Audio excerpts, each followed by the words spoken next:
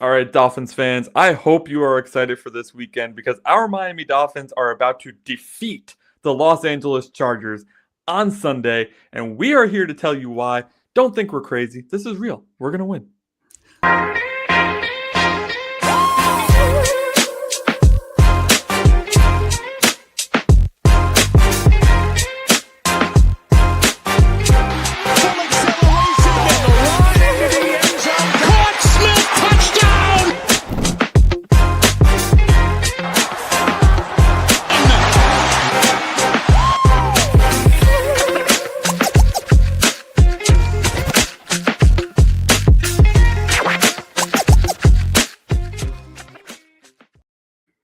Hey, welcome back to the 305 Gridiron Dolphins fans. I'm Anthony. That's Josh over that way.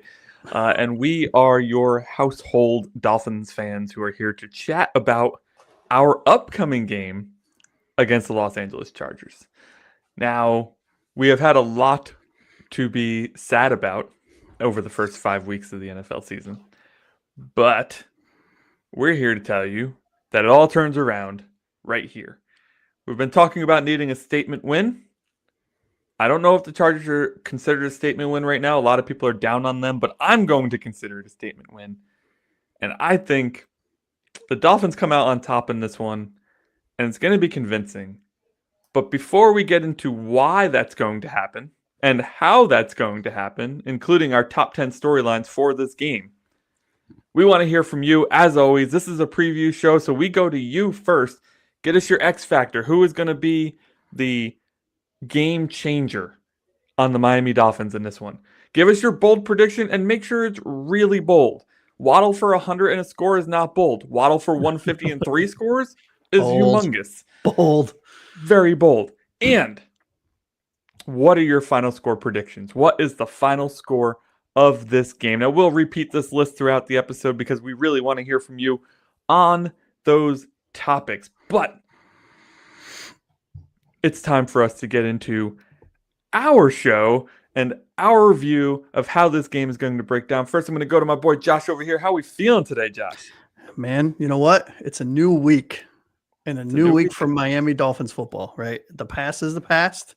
I'm trying to turn it over a new leaf after we obliterated this team on our last show, which for those of you that haven't seen it, go check it out because it is spicy. Oh yeah. And you know what? We're gonna try to find the positives in throughout the season, the ups and the downs. We're gonna ride the wave, no pun intended, as Miami Dolphins fans, with you guys live and in living color.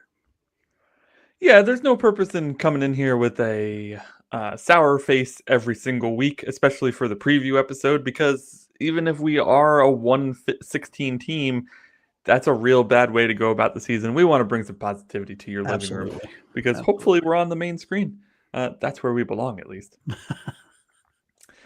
about we get into our top 10 storylines for this one? These are our personal top 10 storylines for this game. These are storylines that we're seeing in the news, seeing from other YouTubers, seeing throughout the interwebs that we find interesting.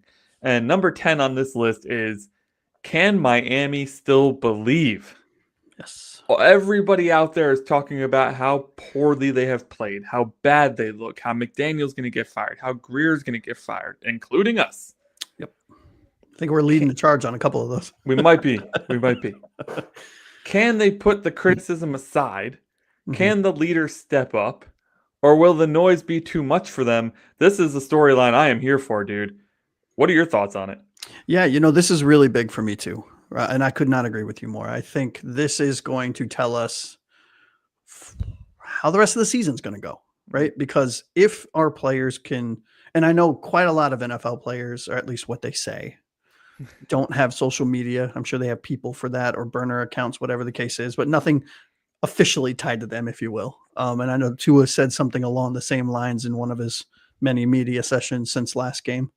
If they can block the noise out and do their part to play better or to win a game, then I think the hope is still there.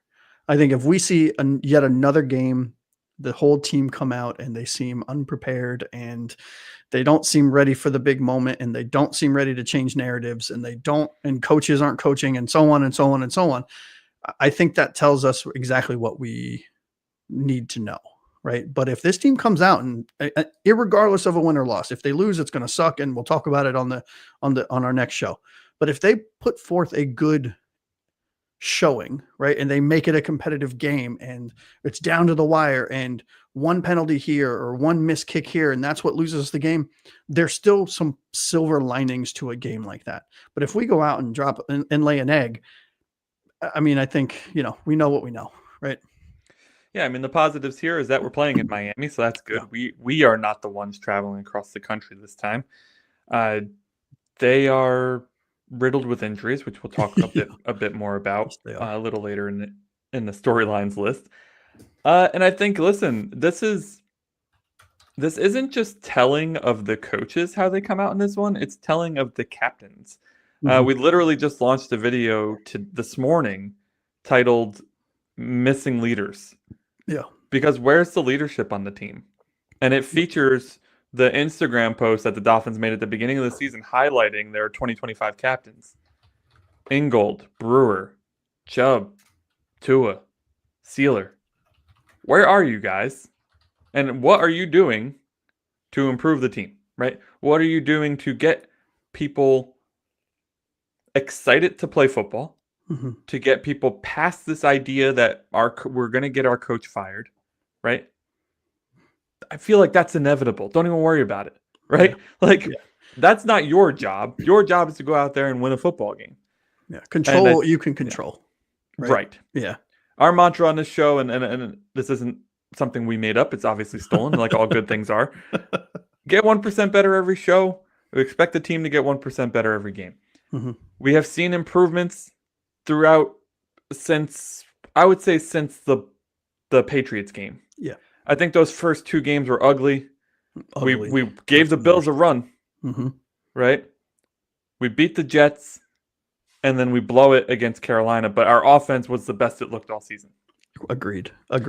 So we can cherry pick the good things, right? Mm-hmm. The defense showed up against the Jets. The offense showed up against the Panthers. We had a complete game against the Bills that we just choked on in the closing minutes. We are close. The team is close to putting it all together, and I want to see that this week. Yeah, couldn't agree more, right? I think I have nothing to add. I think you crushed that one right out of the park.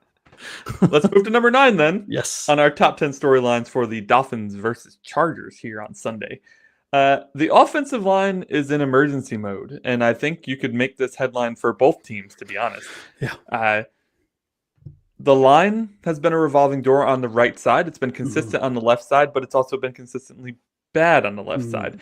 So not really great. That means that Tua's blind side is unprotected, and his not blind side is also unprotected. Mildly protected.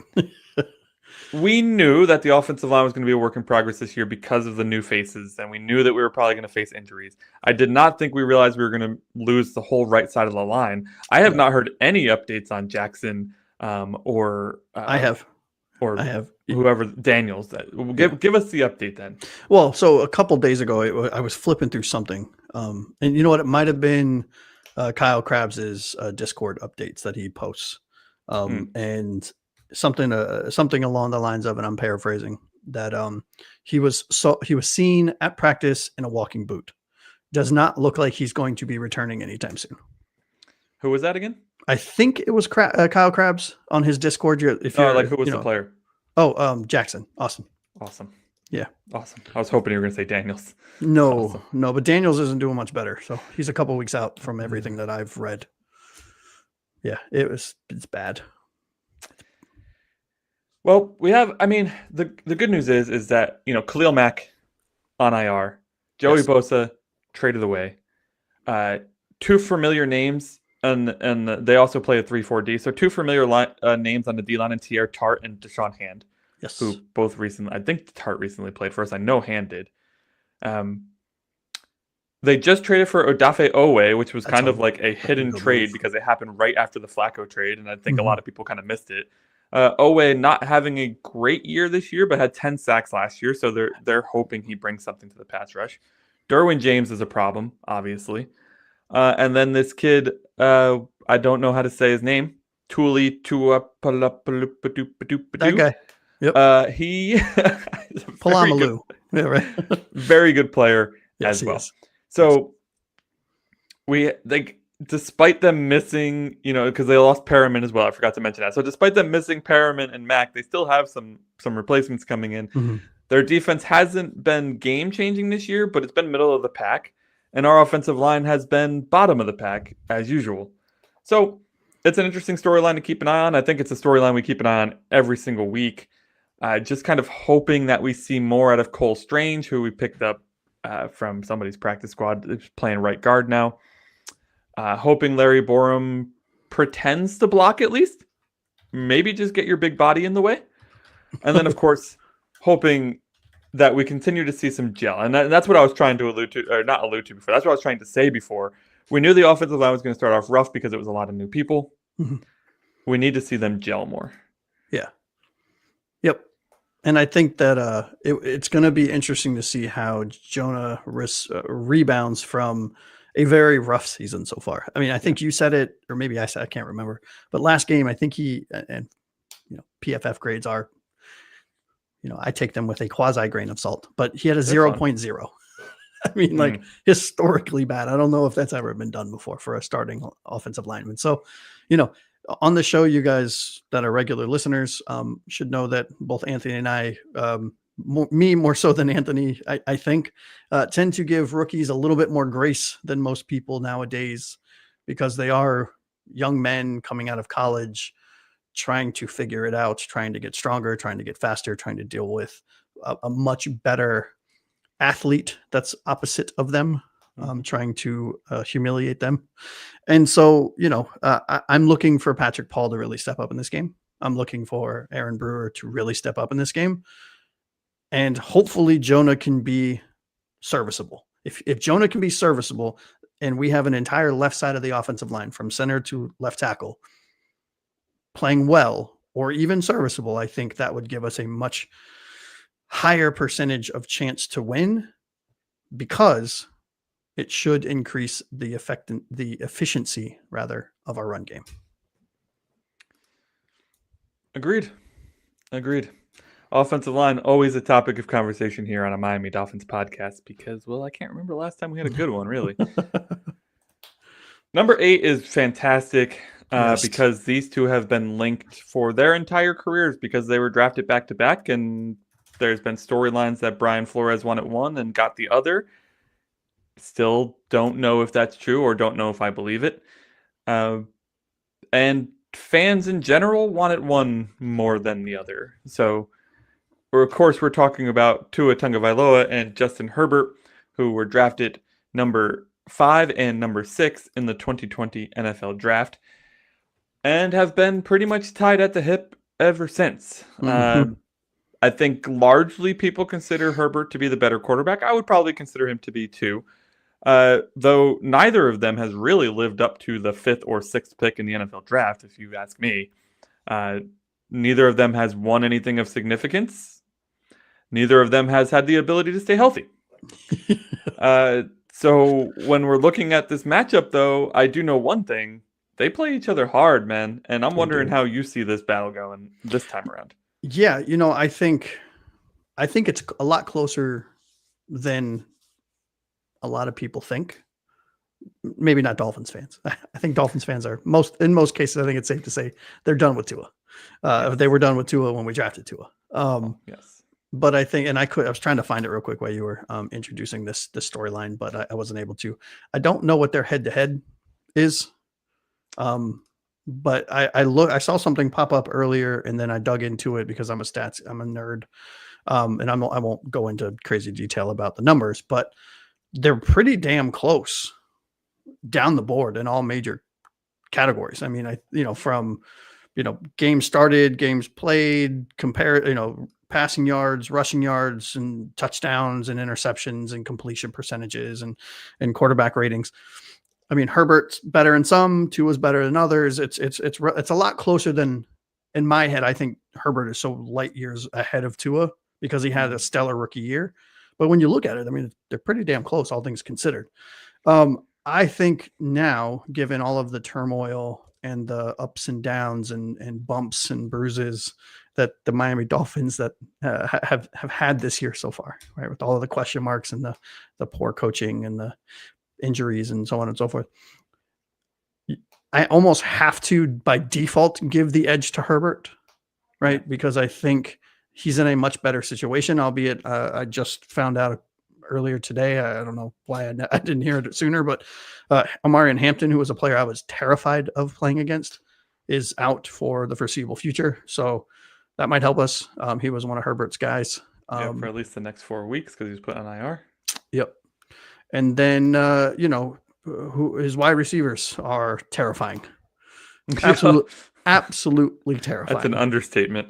Yeah. I mean, Ladd McConkey and Keenan Allen are. And Quentin Johnson. I mean, versus a secondary in the Dolphins who are basically public baggers, Publix, which is a grocery store for those of you that are living up north. They're not good.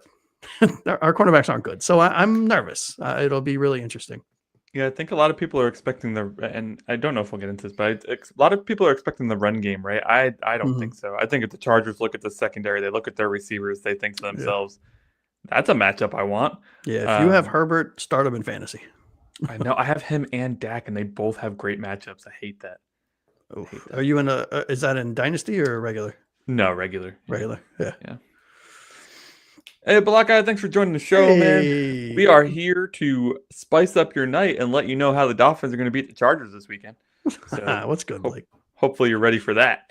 We're just talking Tua versus Herbert. Lots of good points here by Josh. Listen, I'm looking at their career stats, and it's interesting. Herbert has 6,000 more yards than Tua, which I think is kind of expected given the number of games that Tua has missed. Yep. But similar passer rating, similar touchdown percentage, similar interception percentage. They've been sacked about an equal number of times, similar average yard per completion, similar completion percentage. I mean, other than their size, they're very similar players. Yeah, which is crazy because, we alluded to at the top of this segment. Herbert in my mind is such a much more effective quarterback, but then you look at the stats and you're like, well, I mean, outside of his rookie year where he broke records almost, I mean, okay. Well, that goes to the old saying, stats don't tell the whole story, right? Yep. So, I think in big games, he has also struggled. I think, he looks the part more than Tua does, right? He's got the size, he's got the height, he's got the strong arm, he's got the ability to climb the pocket, whereas Tua is more of he looks frantic consistently. He's a quick passer, and if he doesn't get the quick pass out, he doesn't really know what to do. Like, it's just very different styles of quarterback that have resulted in very kind of similar results. Similar careers. Interesting. Yeah, but it is crazy that these two are going to be tied. I mean, for the rest of their career. Yeah, for however many years they have left. I think I'd say Herbert has more left, but one concussion can take you out. Yep. So you don't really know. Yes, sir. Let's move to number 7. In our top 10 storylines for the Dolphins-Chargers game coming up on Sunday. That has to be Achane's touch count. I don't remember what it was last week, but it was atrocious. It was like 4. And it needs to be, we talked about this before, when we beat the Jets, he had 20 touches or 30 touches. I forget what the target touch count we want is. To not have him involved in the first game that we didn't have Tyreek was criminal. A choice. Yeah, he had 10 touches for 16 yards. 1.6 average. Yep. Yeah, great job. I don't know how many receiving yards he had, but anyways, I definitely see the course correcting on that in this one. And I definitely see Achane being the reason we win this game, but I know you have a lot to say about that, so I'll let you have the floor. Well, thank you. And yes, I agree. I think Achane, as Achane goes, this team goes. If Achane has a big game, we're probably going to win. At least it puts us in a favorable position to win. If Achane has a bad game, well, then it's on everyone else, and I'm a little concerned about that.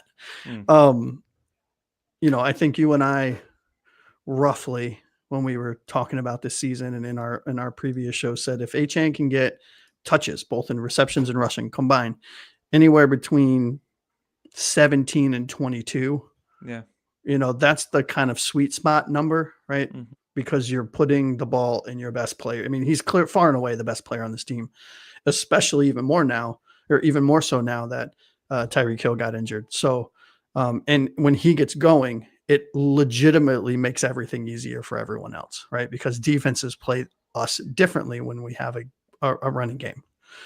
So I do think, like you, I think this is a game where we see the tide swing more in Achane's favor, where he might have we might do more outside runs. It's just a matter of McDaniel finally featuring him, right? I mean, enough's enough. Yeah. If you as the head coach don't know that he's your best player, we can't help you, right?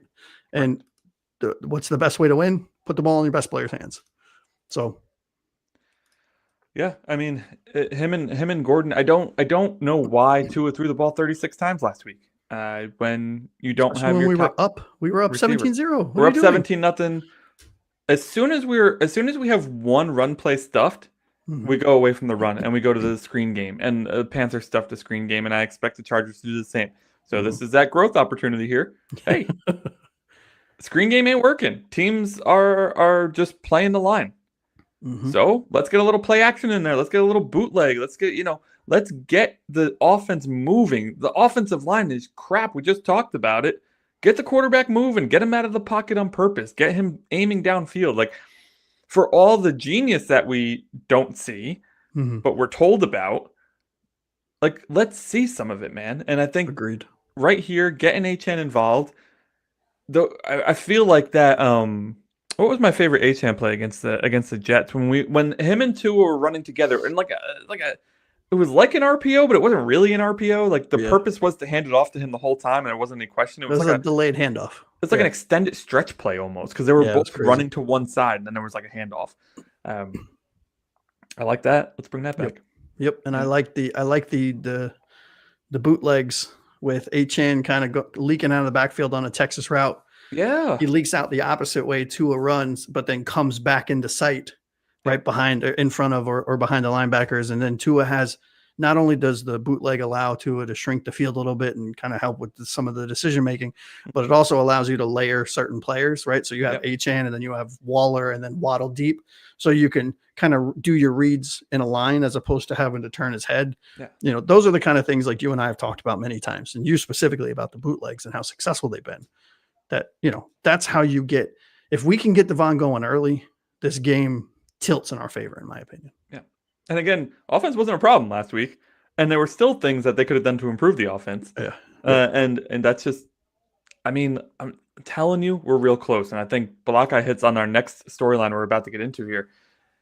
Sorry, not that one. This one. Look at this one first. I see our defense stepping up, right? Again, I think there's some positive vibes here for the Dolphins to win this game. And I think maybe it's part of us knowing that they sometimes win games they're not supposed to. Yep. I think there's part of us knowing that the Chargers are banged up. Very banged up. Not just banged up, they're very banged up. Yeah. That brings me to my next point, though. This storyline is huge. Is this Weaver's redemption game?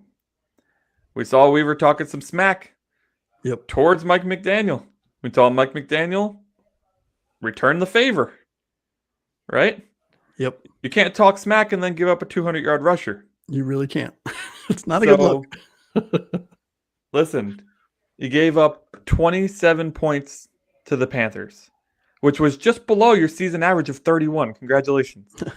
Hey, it's better, but it's better. But improvement. Hey. Improvement. But you have to hold the Chargers to 24, I feel like. Yes, that's a great number. That feels like our threshold for our offense. Like, our offense can score 27, but you need to hold the defense. The defense needs to hold the Chargers to 24. I think he can do it. What do you think? Yeah, I think he can. Will he? That's a whole nother question, right? I do think, Weaver has regressed in every single aspect of being a defensive coordinator. Now, that could be attributed to the fact that our general manager lovingly gave him dog shit at the cornerback position, right? Which I understand. You have a good front seven. We have a good front seven who are not playing well. We have a really good safety room, or we have a good safety in a decent safety room next to him.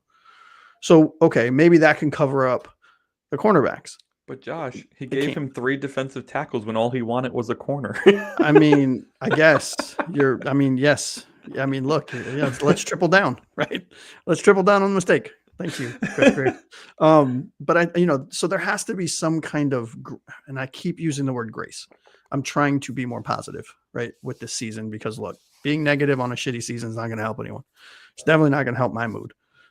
So can he do it? Absolutely. Will this be a redemption game? I hope so. He has talent on his defense to do so. We saw it last year. He knows how to call a defense, right? I don't know what's going on. Like you said last show, and I'm still laughing about it. When I was doing some of the short cut-ups, it was, it seems like Mike McDaniel's over-engineered genius, and you put air quotes, is rubbing off on him. And that's what it feels like, right? Because I don't want to see, Kenneth Grant dropping into coverage, covering their number 2 wide receiver. Like, that is a recipe for like covering Lad McConkey. Could you imagine? Yeah. Right? Just play. I'm even more fearful if he's covering Quentin Johnson, who runs like a 4.3. Yep. So go ahead, Kenneth, go get him. Yeah. Good luck, buddy. Big back giving up big gains. But to answer your question, is this a Weaver redemption game? I think it is. I do think we give up 27 points. Actually, I lied. I do think we give up 23 points, which we will talk about later. And I think this is something we talked about it last show in the show before. Momentum. This is a game where I think I can see the blueprint of the offense and the defense finally putting it together at the same time. Because what have we talked about every single game, every single post-game reaction show we've done? The offense was good, but the defense was bad. The defense is good, but the offense was bad. This game, I think, because it's at home, we don't have to travel, there's a lot riding on it, there's a lot of noise. I think this is the game we see them kind of come together. It'll be a very close game. There'll be a lot of ups and downs, but maybe just a redemption game. I do think the offense can really help them here. And this is, something that the offense has struggled a little bit with. When your defense forces a turnover, and they are as bad as they are, and they rarely force turnovers, make something happen with it, right? Yeah. When you're up 17-0, run some clock out. Like, I think the offense puts the defense in a bad position a lot of time. The defense will be like, hey, we finally got to stop, right? We did our job. We got a sack, and they had a false start. It's 4th and 17.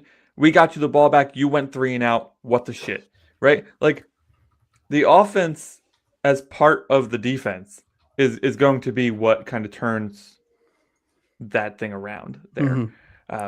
Because I do truly think that a successful day for our defense is allowing less than 24 points.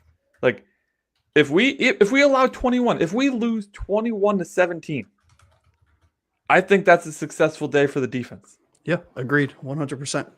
That's 10 points less than your season average, and that's a huge improvement. Yep. Oh, I didn't see this. Did you see this? Does it make a difference? I mean, that's fair. It does. It does. Tua played real well last week. I didn't see that, which means it's probably not that major. I mean, nobody's been raising red flags across the ESPN and NFL Network world. So, yep. I do agree with you, though. I think this is one of those things where everyone just needs to settle down. Look, I'm going to always try to find this, and I hate to say this because look, anything can happen. We could rattle off wins from here to the end of the season, and then this whole season's turn around. I don't think that's going to happen. Right? I think we are in for a rough season. So I am going to watch every game, win, loss, or draw, and try to find positives. I'm going to be watching every single position, every single player to see who's a foundational piece, who's not a foundational piece, who can we maybe get off of from a cap standpoint, who should we get off of, who should we resign, and because that gives us something to look forward to, irregardless of what happens this season, right? As crazy as it may sound, the season's not over. I'm watching FinSpin's latest video, and he pointed something out that I didn't even realize because I'm just so lost in the sauce right now. Yeah. Is with the Chiefs' loss on Monday night, we are only one game out of the 8th seed. Yeah, I know. That's insane. We're 1-4. Well, don't give us hope like that. But honestly, like, that's the thing, man. If you're a fantasy football player out there, and a lot of the times you'll see articles around this time. If you start at 1-4, don't worry, you can still win, and it's so true. It's true in the NFL too. If our units can get it together and just play a little bit better, man, like 15 to 20% better, we win some games, right? Like, just look at how bad the NFC or the AFC North looks, and that division's supposed to be fire. Yeah, it's bad. Yep. Like, every year, teams that are supposed to be good are crap. We have the same record as the Baltimore Ravens. Who the hell knew that was going to happen? Well, in all fairness, Lamar hasn't played, or hasn't played a lot. He's coming back, and listen. Yeah. I don't have to give context as to why the Ravens have the same record as us. That's a fair point. But the fact of the matter is, they have the same record. Hey, right? The Chiefs are 2-3, and they have all their starters. So what's going on there? I'm going to recap the top 10 through 6, but I also want to go to the chat real quick first because Blake got some good points in here.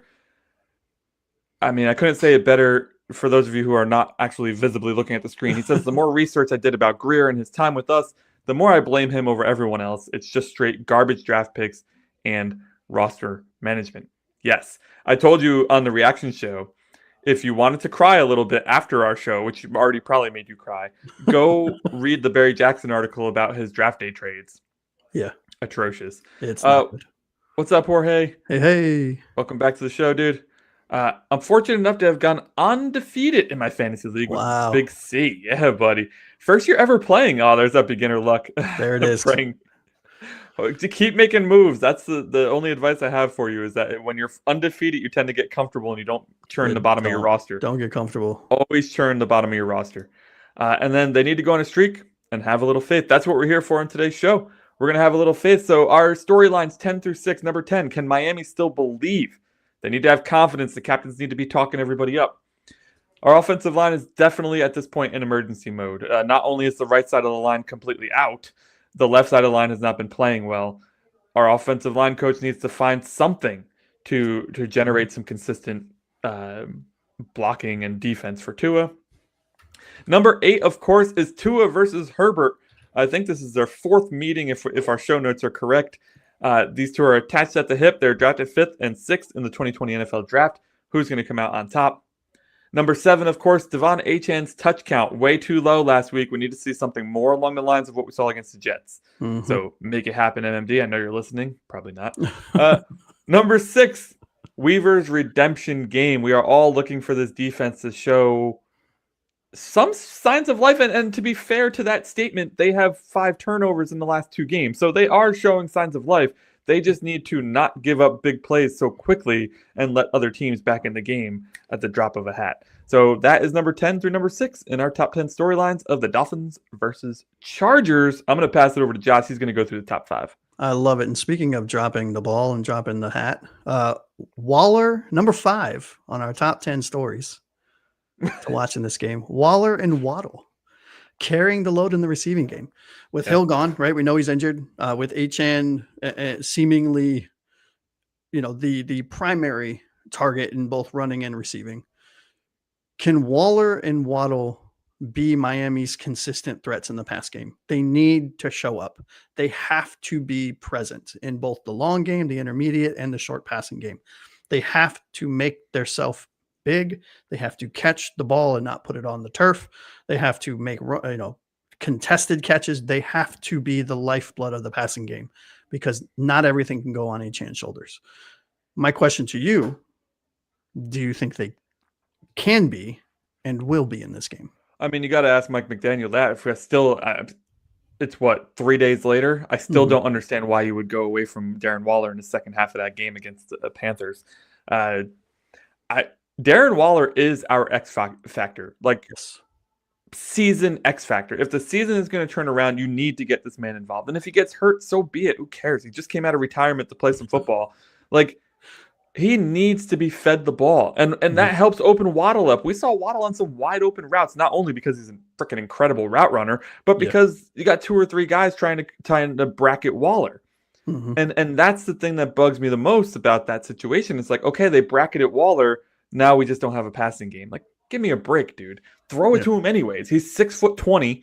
Like, get him the ball. Yeah, I still dream about and daydream rather about that touchdown catch in his first game back where he is in the back of the end zone.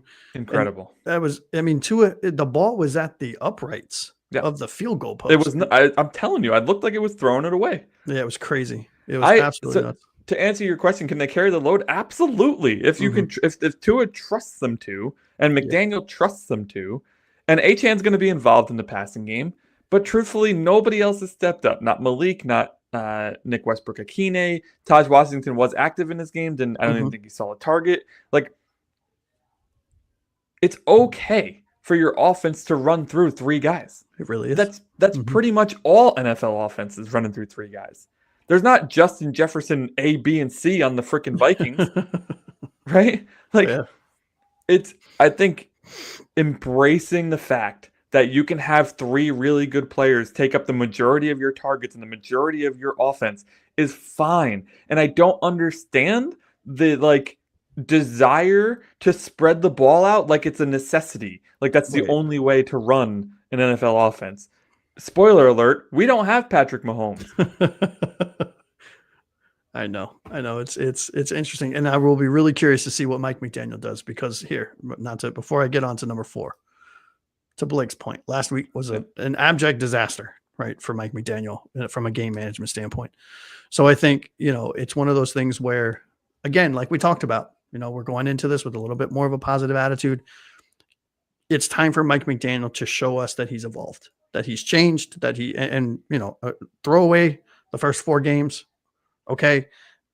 This is a new season. You are playing for your job, or you're coaching rather for your job, or you're coaching for another job down the road. Yeah. Do it the right way. Don't overcomplicate it. Don't try to get 17 people involved. Identify who your star players are, like you just said. And it is totally okay and very reasonable in the NFL world to have your offense run through 3 players.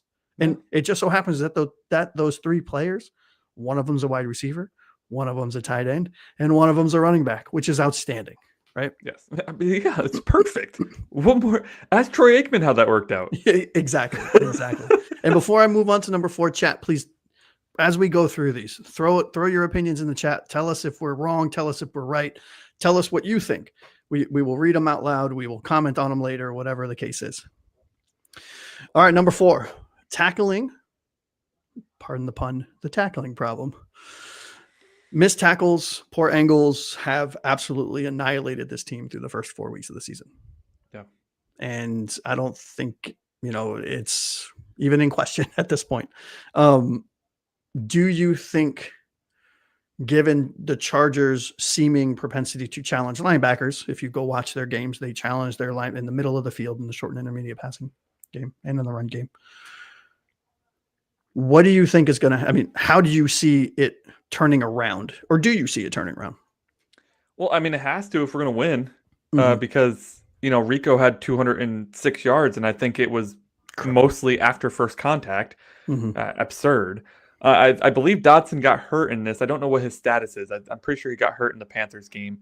And yet we still didn't see big play Willie Gay. I don't know what he did to Anthony Weaver, but clearly not a favorite there. We saw KJ Britt. I would say bench the guys who are not tackling well, but we don't have anybody else. Yeah. We're a little thin on talent on the defensive side of the ball. I hope it was a point of discussion this week in practice. I hope it was called out. I'm not really I'm on the fence on whether or not you should bench guys like that. I think the way that who's the Patriots coach? Vrabel? Yeah, I think the way that Vrabel's handling the Ramondre Stevenson situation is really cool. Stevenson obviously having a fumbling problem. In the past, Bill Belichick would have benched him outright and never played him again. Vrabel's going a different approach. I appreciate the approach that Vrabel's doing, where coach your guys up. Don't blame them and shame them. Yeah. So this is where you see how good of a coach Anthony Weaver can be. Can he coach these guys up? Can he get some better tackling? Can he get the gaps handled better? Because Jesus Christmas, they are wide open right now. Bro, the middle of the defense is you could fit a semi through those holes. It's crazy. I think tackling the tackling problem should be the number one priority for Weaver and his defense. I mean, it's the number one issue. Yeah. The corners haven't even been as bad as the tackling has been.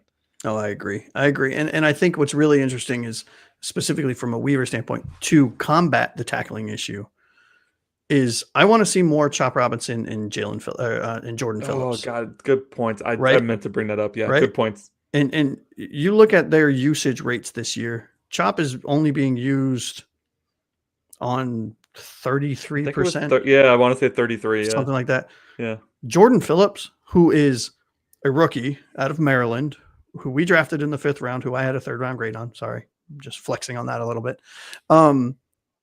Is statistically the best defensive tackle that we have on the roster for the season so far. Yet he's only playing 13% of the snaps or something like that. I understand you want to stick with your big name people, but how do you go away from one of your best players last year on defense in rookie Chop Robinson, who's now in his 2nd year, and one of your rookies who is shining statistically? How do you overlook that?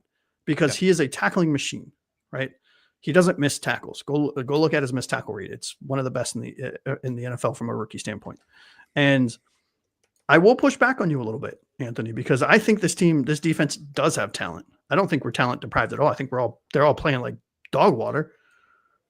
And there's the question, okay, is it a coaching thing? Is it a mentality thing? Is it just a snowballing effect? Whatever the case is. But I mean, we were ranting and raving about how good Jordan Brooks was last year. And I still think he's great. We were ranting and raving about Sealer. I mean, he's been great his whole time here. And there's a lot of little things that go into why someone like Sealer, for example, isn't playing well. He went from having a tried and true potential Hall of Famer and defensive tackle last year, and then the preceding years had Christian Wilkins, who's a very, very, very good defensive tackle when he's not trying to kiss his teammates in the shower. And now he's playing with 2 rookies. So instead of being able to, and I'm using Sealer here as an example, instead of Sealer being able to hear the play, line up, and have a couple seconds to digest things, he's having to correct and coach on the field in real time these 2 rookies that are lined up next to him. So this is where things, when we on the show, guys, for those of you in the chat, when we talk about grace, these are the things that we're talking about. This team has talent. The cornerback room is an abject disaster, but every other position, there is at least one player that is a very good, talented player on the defensive side of the ball. And the fact that they haven't put it together is why we are so frustrated. Yeah. I'm sorry. I just see a lot of missed opportunities from Brooks. I'm down on him this year. Yeah. He's been part of the problem instead of lifting up the people around him and being part of the solution. Now, to your point, though, a lot of this is coaching. And what I want to point to identify that this is coaching is if you look at the Jacksonville Jaguars defense right now. These guys are averaging 3 turnovers a game. It's largely the same unit that it was a year ago. The new defensive coordinator, Anthony Campanile, who actually was the linebackers coach for us under Brian Flores, is doing fantastic work with that unit. And I think that's largely what we were hoping to see with Anthony Weaver coming in. Yeah. We want to see the coach elevate the talent. And we're seeing the opposite. The talent is disappearing right before our eyes. And again, simplify shit, right? I get it. Yeah. We need to trick the offense. We can't just go out there and run a college defense against an NFL offense. I totally get that. But there is no way in hell that Matt Judon and Chop Robinson and Jalen Phillips and Bradley Chubb should be doing anything other than rushing the passer. There's no way in hell that Kenneth Grant should be dropping back to in coverage, right? And it's just agonizing. And then you talk about a great point. The percentage of time that the guys who are playing well is minimal. Yeah, it's crazy. I mean, Chop is your first round pick, and you are playing him behind 2 guys that just came off of injured reserve, one for a year and a half, and the other one for a year. Why? Chop Yeah. is a better pass rusher than Jalen Phillips at this point in time. Why is he playing over Chop? Yep. Like, Yep. it's very questionable coaching decisions. Yeah, and what's crazy to me is you look at Jalen Phillips, right? When he's not being asked to drop in coverage, which he's not very good at, Yeah. what is he doing? He's actually affecting the opposing team's quarterback. Kyle Krabs talked about this, and I don't have all the percentages and stuff, but it was when he's not being asked to drop in coverage. I mean, last game alone, he had, I think it was multiple pressures, a sack, and was a key contributor to making the quarterback roll out of the pocket so Chubb could get the I strip said sack. that on the reaction episode. Yep. Yeah. Yep. It's just amazing what your pass rushers can do when you let them pass rush. What do you say we hit up the chat here before we move on to number 3? I love it. Yep. Rolling back a little bit. This is true. I mean, we still have weapons on the offensive side of the ball, despite losing Tyreek Hill, who was some really good ones too. I mean, Jalen Wright is healthy and not playing. He was a healthy scratch this past week, which speaks to what they think about the running backs we have. Mm-hmm. This is also true. He's talking about Mike McDaniel's adjustments here. Yeah, we've said this a lot. Yeah. Yeah. And then the turnover against the Jets got us way too focused on trying to create them. Yeah, we saw this against Carolina too. Way too many guys just going for the punch instead of going for the tackle. It drives me nuts. Which is fantastic if the guy's already held up by somebody else, but not if you're the lone man. Yeah, if you're the first one there, don't worry about punching the ball out. Let your teammates do that. Right, secure the tackle. Mike McDaniel, head coach of the year. I really think that Campanelli should be in the discussion for coordinator of the year too. Yeah. But both are having fantastic years. Mm-hmm. This is in response to you saying we have talent on defense. Yes. I think Blake wants to challenge you on that. We might maybe a Royal Rumble. That'd be cool. Let's do it. Let's do it. Paper, rock, scissors. We have to execute every play to be successful. If it doesn't work, change on both sides of the ball. That's it. Well, execution has been poor. Yes. And we've had the refs be on our side. We've had the refs be not on our side. I think that's evened out pretty well over the season so far. But one thing that hasn't evened out is our execution. Agreed. Which has been very poor on both sides of the ball. But we expect to change for our defense, especially here against the Chargers. Yep, and that is a perfect transition into our third. Jesus, I can speak English, I promise. Numbers are hard. It's okay. Yeah, they're really hard. Yep, math. Number 3 on the top 10 things to look for in this game. Speaking of execute on every play, Mike McDaniel's play calling identity crisis. Yeah, I know. We talked about it ad nauseam, right?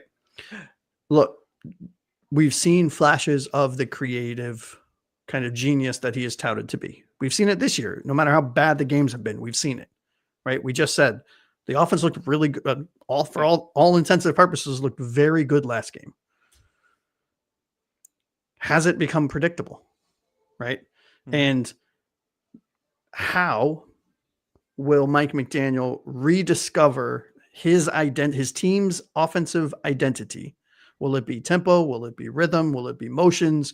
What will it be? So how do you see this playing out in this game specifically? Does he find his groove again, or is it another abject disaster? Yeah, one of my favorite notes that I sent to you, because I know you weren't able to watch the first half of the Carolina game live. You went back and watched it later. Mm-hmm. So I took notes and I sent it. One of my favorite notes was, none of the motion works, but regular football does. I mean, the Carolina game was just like a masterclass on how not to play call, I feel like. At first and second down were consistently screen plays or end arounds or stretch plays that were getting blown up. Mm-hmm. And third down, Tua and Waddle were bailing us out. And it's just like, we just need to get that corrected, man. Like, you don't have to get 10 yards every play, but can we at least stop throwing it behind the line of scrimmage? Because I bet if we went to like NFL Stats or one of those sites, the number of times we've thrown behind the scrimmage is appalling. I'm afraid to look. I'm not sure if you're aware of this, Josh, but in order to move the ball down the field and to the end zone to score a touchdown, you have to throw it past the line of scrimmage. Wait a minute. So I don't go that way. But that's what McDaniel tells me to do. Well, that's the problem here. And the play calling is going backwards far too often. Agreed. Ironically enough, though, one thing that does work really well for us, and you wouldn't think does because I've never been a fan of it, that's running the ball from the shotgun. Yeah. I believe it was Kyle Krabs that pointed that, or maybe it was Dudley. I don't know. We all watch a lot of Dolphins content. But amazingly enough, we don't run it very often, but when we do, we have an enormous amount of success running the ball from the shotgun. Yeah. Which is crazy. I think that's because teams expect us to pass. Probably. Which is another. And sorry, go ahead. Sorry. The other thing that I wanted to point out, and this was definitely Krabs who talked about this, we ran 22 personnel, which is 2 tight ends and 2 running backs. I love this. Yes. Yes. Very few times in this Carolina game. But when we did, I want to say we were averaging like 7.9 yards. 8.2. Oh, so close. That was off the dome. Yeah. So, and we barely ran it. In the second half, I don't think we ran it at all. I think that was the point of his takeaway there. It led to every single point that we scored in that game. And then we stopped. Every single point came out of the 22 personnel. When your offensive line blows, most teams run a 22 personnel. You know why? Because there's 2 tight ends there that can keep that little edge rusher who wants to get a little fancy on the outside chipped to the inside. Yep. And then there's 2 running backs to protect the quarterback, assuming they both don't go out for a pass, which typically they don't. McDaniel has to go to the film, which we know he does. He's a smart guy. We complain a lot about Mike McDaniel. I know we do. And some fans may be tired of it. Some fans may love it. I don't know. This is a smart NFL mind that is in over his head.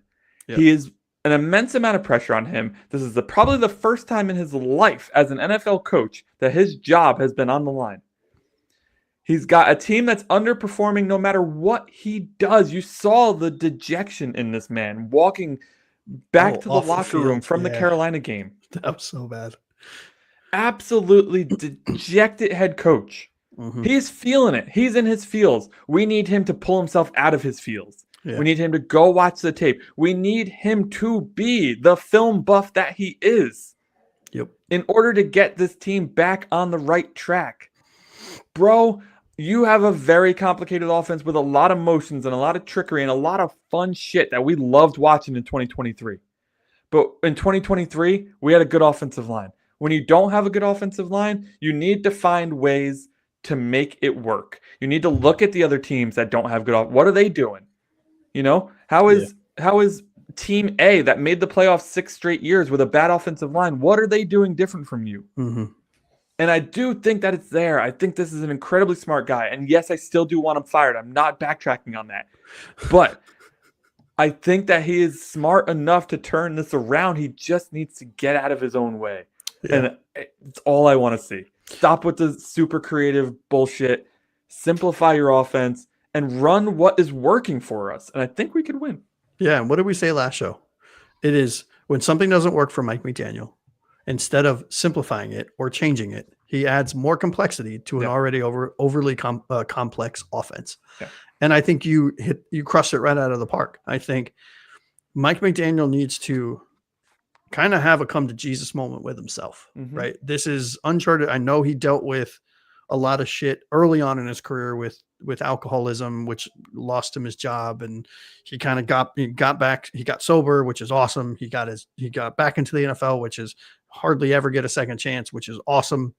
Well, actually, that's a lie. Hardly ever get a third or fourth chance, but and he became the head coach of the Miami Dolphins, right? And had an amazing start to his career, right? Sidestepped a bunch of hurdles in his first year. The second year, offense led the league.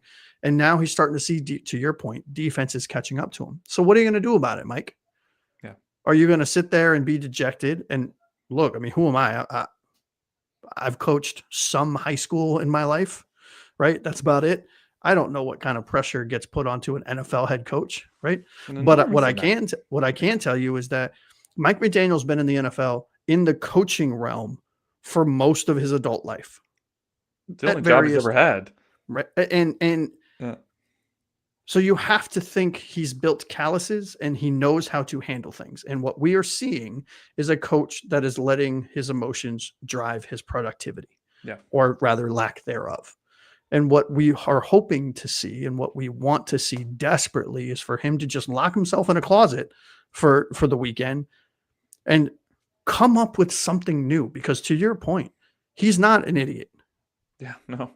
He's not. He's a way smarter than us. He's a smart dude, and his play calling or his play designs are in some cases brilliant. Yeah. But what's not good is how he adjusts, how he doesn't adjust really. And I think that's what will help him take that next step, in my humble opinion. He's definitely regressed. He's definitely, he needs to just reset the deck. And if he can do that, this season can still be a productive season in a lot of ways. So I'm really curious to see, right? I really am. Last thing I'll say in this, it's amazing when you watch former NFL players who now have YouTube channels who break down film and stuff. Mm-hmm. They are consistently wowed by McDaniel's play calling and by his offense. Yeah. And they're consistently pointing out the players who are not doing the right thing on a specific play. Mm-hmm. But that is also coaching. And I think that's the piece that's missing. He is still a mastermind at creating plays. Mm-hmm. And some may say at play calling, although I think that has regressed heavily. Oh, no. But he's not a mastermind at the other part of coaching. And that's where I think you and I have talked about him handing over play calling. Yes, because he needs to. He needs to learn to focus on the other, what do you call it, macro stuff? Yeah, macro versus micro. Yeah. And it's funny, though. It's funny that this 22 personnel thing has come up, because if you remember when we were doing the Fins forecast, that guy, True Fins fan, used to join us. Yep. And what did he always say? He said, get to 2 tight ends and he will shine. And we used to be like, that's crazy. But look what happened. I mean, I'll tell you what, some people are smarter than us. Who knew? He knows his shit. Look at our fans that are in the comments. Oh, they're all smarter than us. These guys are way smarter than us. Blake and Jorge are really running the show. We're just reading what they write. And I mean, honestly, they're the brains behind the operation here. All right, so number 2, right? Number 2 on our top 10 things to watch in this game against the LA Chargers. I called this one the firewatch. I tried to get fancy. I failed miserably. Whatever. Don't judge me. Grier's seat. Chris Grier's seat is obviously engulfed in flames at this point. Yeah. Right? Fans are calling for accountability. Fans are calling for his head. I'm assuming some of the players aren't really happy. Hopefully some of the coaches aren't really happy. Hopefully the owner's not really happy. If this game turns into another embarrassment, like an abstract embarrassment, where we either have a big lead like we did last game and we lose, or we just get completely annihilated at home, what happens to Grier? Nothing. I don't know why. Yeah. That's my legitimate, honest answer. Chris Grier and Stephen Ross appear to be very close. In fact, Stephen Ross has never criticized Grier, which is interesting for an owner of an organization that's been very unsuccessful lately, especially under his watch. He's now had 3 head coaches. He's had ample time. And some people say the first Gase wasn't his choice because whatchamacallit was here. Tannenbaum was here, and it was Tannenbaum's choice. And people say a lot of things. It's hilarious to me because none of us are in that building. How the hell would you possibly know? But Ross likes consistency almost too much. He doesn't want to break this apart. That's the cold reality of the situation. As much as the talking heads out there are saying that McDaniel's on the hot seat and Grier's on the hot seat, truthfully, they don't know. They're saying it because it's a headline. They're saying it because that's what Dolphins fans want to hear. And the reality is that Stephen Ross has been incredibly patient with Chris Grier, and he loves Chris Grier like a son. You can just see it in all of their interactions. And I believe he feels that way for McDaniel too. I don't think that Ross liked Gase very much, and I don't think that Ross liked Flores very much. No. But I think that Ross loves Mike McDaniel. Yeah. And I think it's going to be incredibly hard for him to let these two go. And if they do get let go, I don't think it's till the end of the season. That sucks as a fan, especially if we go into the bye. I think we have like a week 12 bye or something like that. If we go into the bye like 1-11, that would be the time, right? That's the time I could see a move being made. Yeah. That's the time that it should be made. But I'm still not sold on Chris Grier himself actually being fired. I could very much see McDaniel being fired and Grier getting another chance to pick a head coach. And that, I don't like that reality. No, that terrifies me. And we talked about it a lot on our last show when we were a smidge heated, to say the least, about this team, where Ross runs this team like he does his real estate, entrepreneur business, whatever the hell it is that he runs, his big billionaire industry. In that he hired a CEO, he hired a CFO, he hired a CIO and a CTO, and irregardless of what the profit margins are, for lack of a better analogy, he's going to keep them in there for the long game, and that's just not the way you run a football team. No, I think, and I know this is crazy, I think Ross is a very good owner. And I've said it a million times on the show, and I will say it a million times more. He does what, in most cases, he does what you hope an owner will do. Unlike Jerry Jones, he stays out of the football business outside of hiring his people.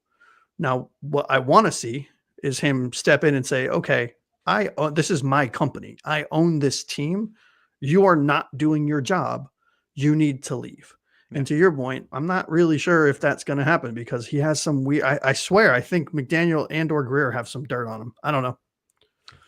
I think he's just loyal.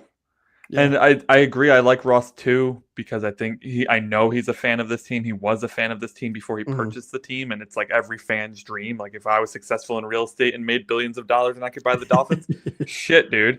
Of course I would do it. But if he doesn't make this move, and if the season keeps going the way it's going and we don't improve, which I think we could, but if we don't, and it keeps going this way, and a move isn't made, right? That's bad, man. That's a bad look, no matter how you twist it. Yeah. And like, we don't have, I think I was right. I think it's a week 12 bye. That's a long time from now. Yeah. A lot can happen between now and then, that's for sure. There's 7 games between now and then. To which we're potentially 7-0. We could be. None of the teams on this list scare me outside of Buffalo, if I'm being honest. And I know we play like shit, and that's a stupid thing for a Dolphins fan to say when your team's 1-4. Yeah. But I don't look at that schedule and think to myself, wow, that's a lot of really good teams we're facing here. Yeah. Yep. All right, before we get into number 1, because I know we're running a little long, 2 shows in a row, that's okay. Let's head over to the chat, because I'm sure they have a lot to say about this topic. Let's see. Jorge says, essentially what we said, if McDaniel knows the offense is bad, he needs to find something that works. Mix it, man. Mix it. Agreed. That's a great line right there. Yep. Yeah. Blake, good point. We needed a game against a trash team.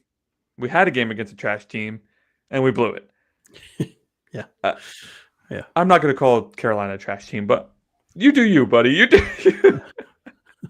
I mean, they're not a trash team. I just can't call an NFL team trash. I won't do it. I don't want to hear it. I would have a hard time taking him seriously. And Blake, I don't know if you've ever gone to the Dolphins YouTube channel and watched his breakdowns. He talks football better than he talks in press conferences. Yeah. So he still, though, there's like, if this guy trying to give me a motivational speech, I would just roll my eyes and it drives me nuts. I want to throw my computer through a window when I listen to his press conferences. I wonder how Blake feels about Chris Grier, though. Yeah, I think Blake's on the fence. I'm not sure. He doesn't. He's just make up your mind, dude. We can't tell what you want. Yeah, maybe don't scream it at us. That'd be nice. So doing research and reading through the lines, Ross and Grier want a coach to do it their way. That's why Flo is gone, because he did not agree with yes, well, 1,000 times yes. Well, not 1,000 times yes. I think Flo is gone for many reasons, and I won't. This is where we disagree. This is probably the thing we disagree on the most. It is. It really is. It really is. Because we don't have enough time to get into it. Yeah, we don't have enough time. 7-0 run. Let's go. I think he's more questioning my jokingly saying 7-0 run. No, he's saying let's go. We're pretty much making up what he says at this point anyway. I like it. I like it. This is a very true statement. You heard it here first, here, everyone. Blake says we're going 7-0. Browns could legitimately beat us just by running the ball 60 times. Yeah. And having their defense do their thing. Yeah. I mean, yeah. True statement. Let's get to number 1. All right, number one, top 10 things to watch in this game. This is the fork in the road for this season. Yep. For, and I'll take it a step further, Mike McDaniel's era coaching the Miami Dolphins. Yeah. 1-4 is bad. I think we can all agree on that. I don't think there's any question about being 1-4 is kind of feels like shit. 1-5, in my opinion, is a season death sentence. There's really no coming back from it. I mean, it's already 7% right now at 1-4. Yep. So this really isn't a game, right? This isn't just a game. This is a season defining event, if you will. Yeah. What are your thoughts on that? I think what you said before is a big point I want to make here, in that teams split the season into quarters. Mm-hmm. And now that we play 17 games, let's call the first quarter 4+1. Yeah. First quarter of the season is done. You went 1-4. You shat the bed. Yeah, horrible. Let it go. Mm-hmm. It's a new season, right? You have 4 games on the docket to focus on. You have the Chargers this week, the Browns next week, the Falcons the week after that, and then a Baltimore team that we're not really sure what version of we're going to see. Will they or will they not have Lamar or the 6 other starters that they're missing on their team, right? Go 3-1 in this next 4. Mm-hmm. And then people stop talking so much. Yep. Go 2-2. People are still a little grumpy, but at least there's some progress. Go 1-3. You may as well start packing. Whatever you have in the office that's important to you, put it in a box. Yeah. You go 0-4, then there's going to be a plane over the stadium every single day telling Ross to fire you. Yeah. It's quarters, man. Break the season into quarters. You went 1-4. You did really bad. Just own up to it. You sucked. The team sucked. The coaching sucked. The players sucked. All across the board. It was terrible. Now you have a chance to start anew on Sunday against a Chargers team that, let's be honest, nobody's giving you a lick of a chance to beat. Mm-hmm. But you do have a chance. They're injury riddled.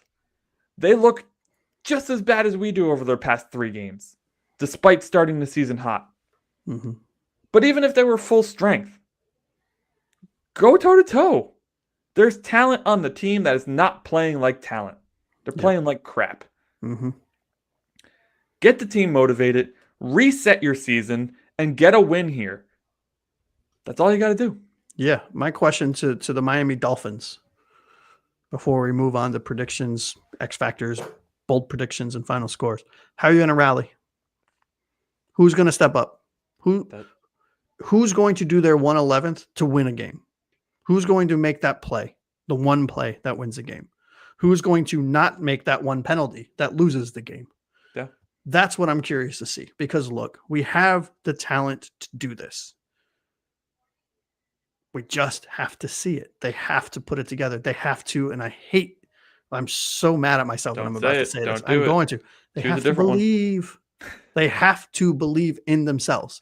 Believe that they are not a 1-4 football team, that they are better than what they've put on the field to date. So it's time to nut up or shut up. We've seen it. We've seen improvement. We mentioned at the beginning of the show. We're going to mention here again at the end of the show. Right? We've seen improvement. The offense stunk against Indianapolis. Better against New England, who looks like a really good team right now. Yeah. Really good against Buffalo. Almost won that game. Honestly, their next slew of games, they could be 10-3. I'm not even lying. Yeah. Almost go toe-to-toe with Buffalo. Mm-hmm. In Buffalo, by the way. Didn't they beat Buffalo? No, us. Oh, us. Yeah. Sorry. Yeah. Right? We're talking about the offense here. The offense was bad against Indy. Scored 27 points against New England. Went toe-to-toe with Buffalo until the last 10 minutes of the game. Mm-hmm. Beat the New York Jets.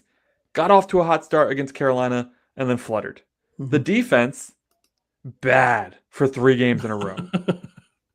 Yeah. Bad. Like, historically bad. Yeah. Like, we were going to let up more points than any other team in the league has ever let up. Mm-hmm.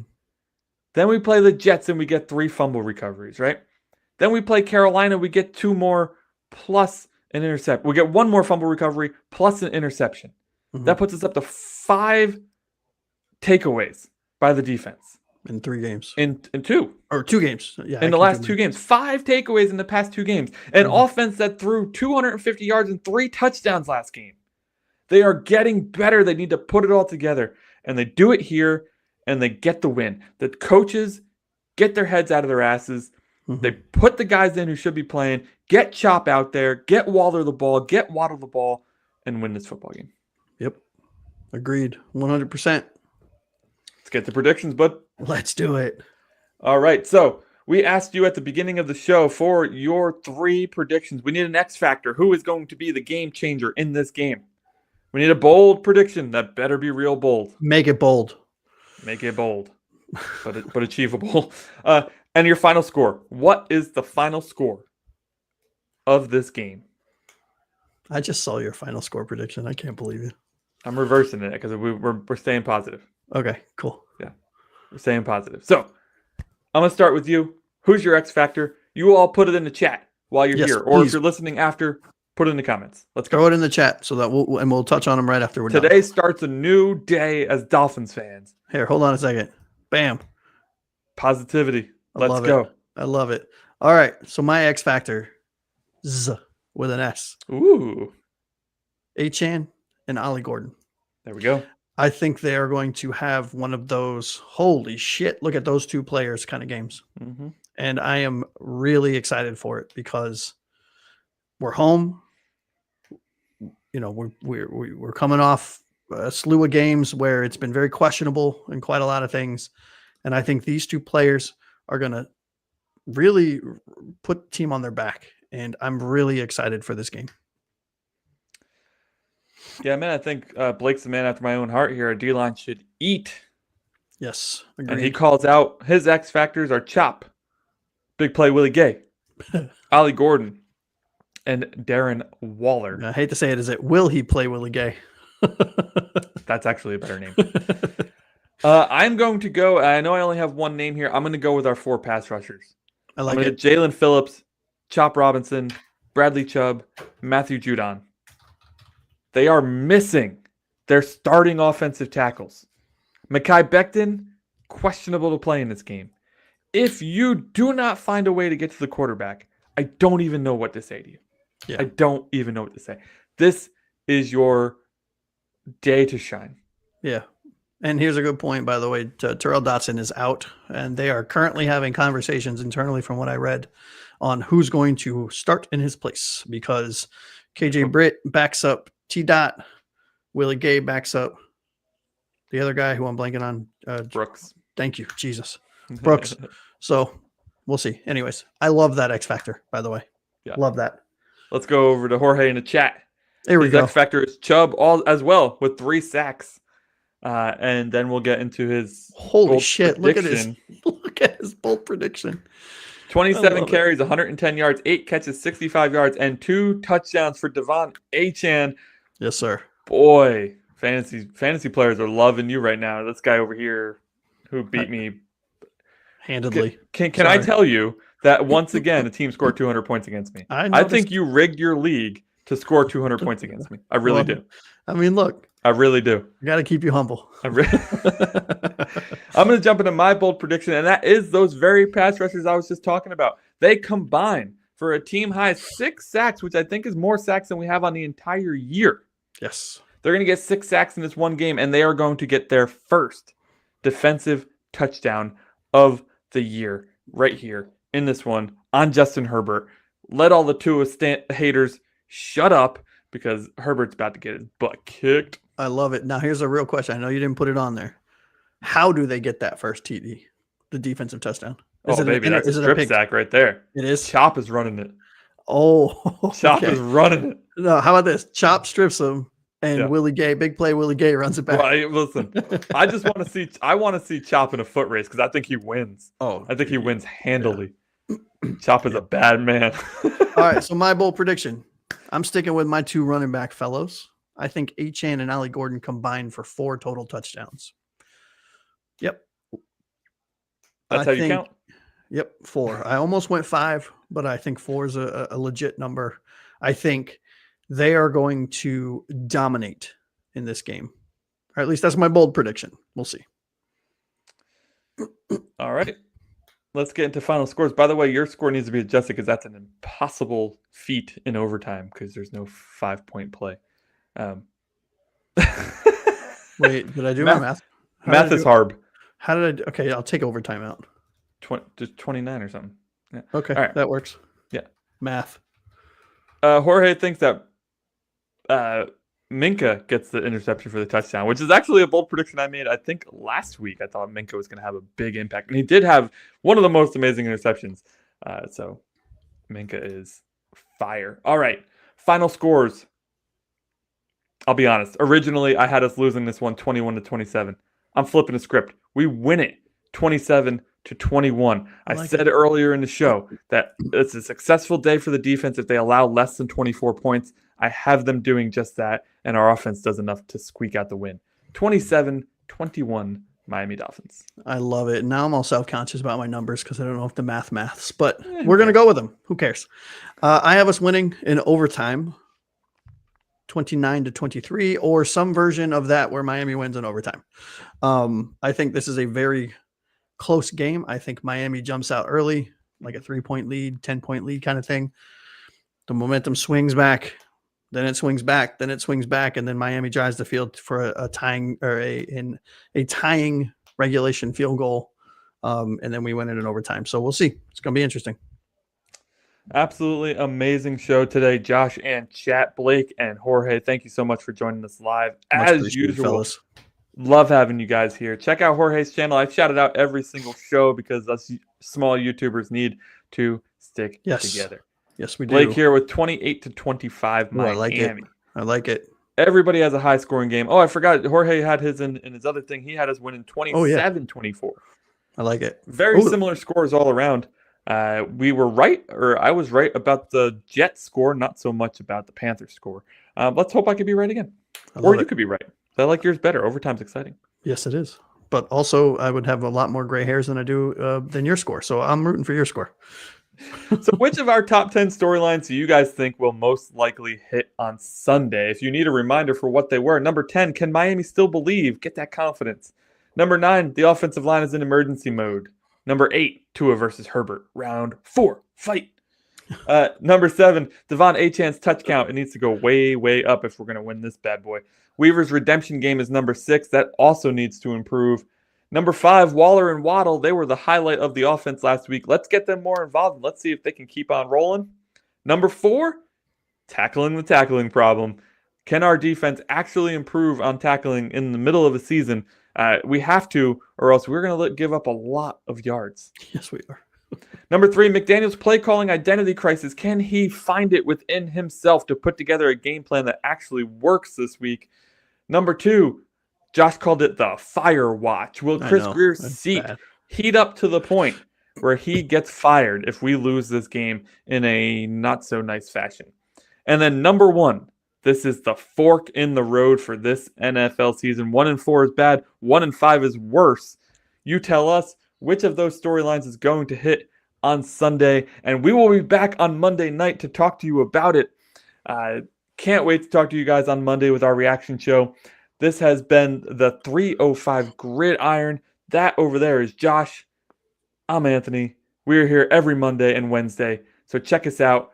Hit the like button, hit the subscribe button, and hit that little ringy bell thing if you want to be notified when we go live, because it will let you know. Thank you all so much for joining us tonight, and until Monday, fins up, baby.